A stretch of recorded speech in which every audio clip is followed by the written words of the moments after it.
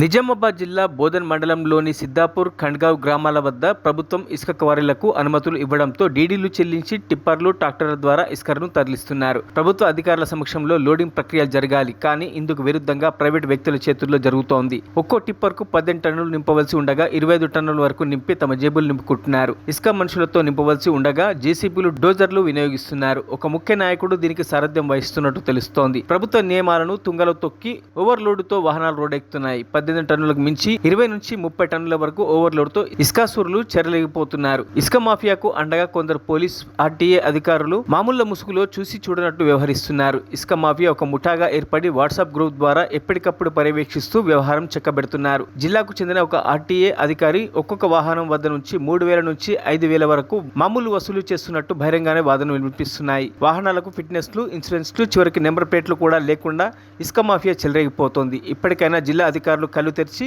ఇసుక మాఫియాపై కొరడా జురిపించి చర్యలు తీసుకోవాలని స్థానిక ప్రజలు కోరుతున్నారు.